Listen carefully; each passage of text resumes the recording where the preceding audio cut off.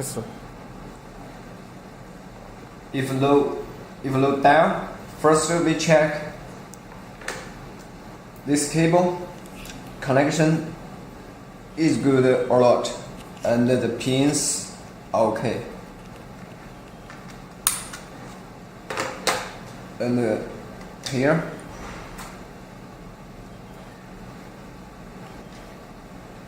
make sure connection is properly.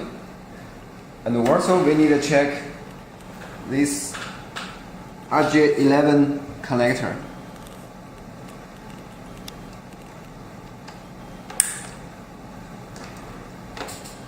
And then this end should check with the module connection is okay or not.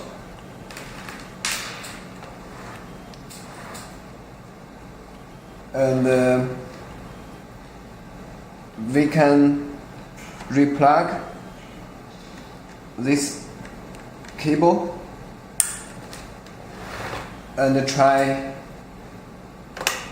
there again.